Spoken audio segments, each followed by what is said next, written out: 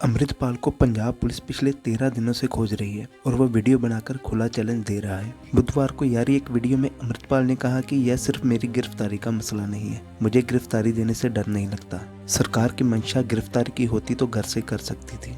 अमृतपाल ने भारत और विदेश में रह रहे सिख लोगों से कहा कि उन्हें एक साथ आकर अन्याय से लड़ना होगा। सिखों को एक बड़े मकसद के लिए साथ आना चाहिए। इसके साथ ही अमृतपाल ने श्री अकाल तख्त के जत्थेदार के आगे बैसाखी पर सरबत खालसा बनाने की मांग भी रख दी। अमृतपाल ने कहा कि सरकार ने अकाल तख्त के जत्थेदार द्वारा दिए गए अल्टीमेट्स को भी नहीं माना, इसलिए जत्थेदार साहिब को स्टैंड लेना चाहिए और सरबत खालसा बुलाना चाहिए। दरअसल श्री अकाल तख्त के जत्थेदार ने पंजाब सरकार को अल्टीमेट्स दिया था कि ऑपरेशन अमृतपाल के दौरान 10 दिनों में पकड़े गए युवकों को 24 घंटे में रिहा किया जाए। हालांकि सरकार ने ऐसा कोई कदम नहीं उठाया, जिसके कारण सरबत खालसा बुलाने की मांग अमृतपाल ने रख दी। सो आज हम बात करने वाले हैं कि सरबत खालसा क्या है, सिख धर्म में इसका इतिहास और अहमियत क्या है और इसकी मांग अमृतपाल ने क्यों की।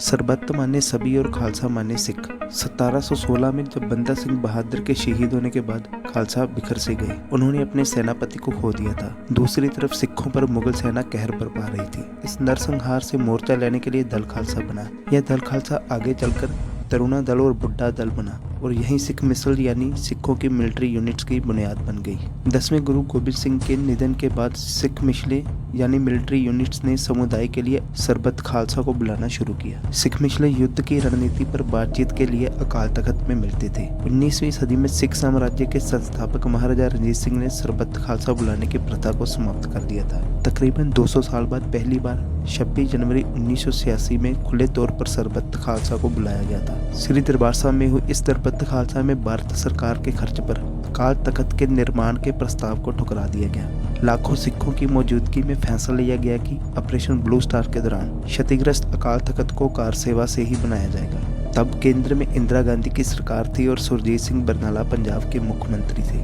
इन दो बड़े फैसलों के अलावा 1986 के सरबत खालसा ने अकाल तख्त के जत्थेदार ज्ञानी कृपाल सिंह को हटा दिया। उनकी जगह जरनैल सिंह भिंडरांवाले के भतीजे जसवीर सिंह रोडे को जत्थेदार बना दिया गया। चलिए एक बार सरबत खालसा की पूरी टाइमलाइन को समझते हैं कि इसे कब कब बुलाया गया। 1708 में सिखों के 10वें गुरु गोबिंद सिंह जी की सिख मिसल ने पहली बार सरबत खालसा बुलाया। 1723 में तख्त खालसा और बंदा सिंह बहादुर के बीच टकराव की वजह से सरबत खालसा बुलाया और दोनों पक्षों के बीच सुलह कराई गई। 1726 ईस्वी में भाई तारा सिंह वान के निधन के बाद सरबत खालसा बुलाया गया और गुरमता की परंपरा शुरू हुई। गुरमता यानी सरबत खालसे के दौरान लिए गए फैसले। 1805 में महाराजा रणजीत सिंह ने सरबत खालसा पर पाबंदी लगा दी। 26 जनवरी 1986 ऑपरेशन ब्लू स्टार के बाद सरबत खालसा की शुरुआत फिर से हुई। यहाँ 5 लोगों की पंथिक समिति बनाने का फैसला हुआ।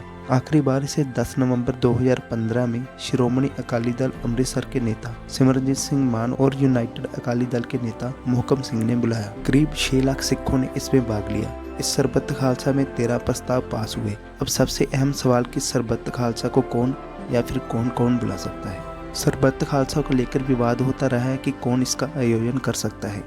जानकार कहते हैं कि सिर्फ अकाल तख्त को ही सरबत खालसा बुलाने का अधिकार है, क्योंकि अकाल तख्त सिखों की सर्वोच्च धार्मिक संस्था है। अकाल तख्त के मुखिया को जत्थेदार कहते हैं। वो अन्य प्रमुख सिख प्रतिनिधियों के साथ धर्म और मर्यादा से जुड़े फैसले लेते हैं। सरबत खालसा में जो भी फैसला होता है, तख्त साहिब के जत्थेदार कौम को उसका पालन करने के लिए आदेश देते हैं। हालांकि 2015 में सरबत खालसा को शिरोमणि अकाली दल अमृतसर के नेता सिमरनजीत सिंह मान ने बुलाया था, जैसा कि मैं पहले भी बता चुका हूँ। अब अमृतपाल के कहने पर श्री अकाल तख्त साहिब के जत्थेदार सरबत खालसा को बुलाते हैं या नहीं, यह तो आने वाले वक्त में ही पता चलेगा। वैसे आप इस बारे में क्या सोचते हो, अपनी राय कमेंट बॉक्स में जरूर देना। उम्मीद करता हूँ आपको वीडियो से कुछ ना कुछ नया जरूर सीखने को मिला होगा। मिलते हैं ऐसी किसी और इंटरेस्टिंग वीडियो में।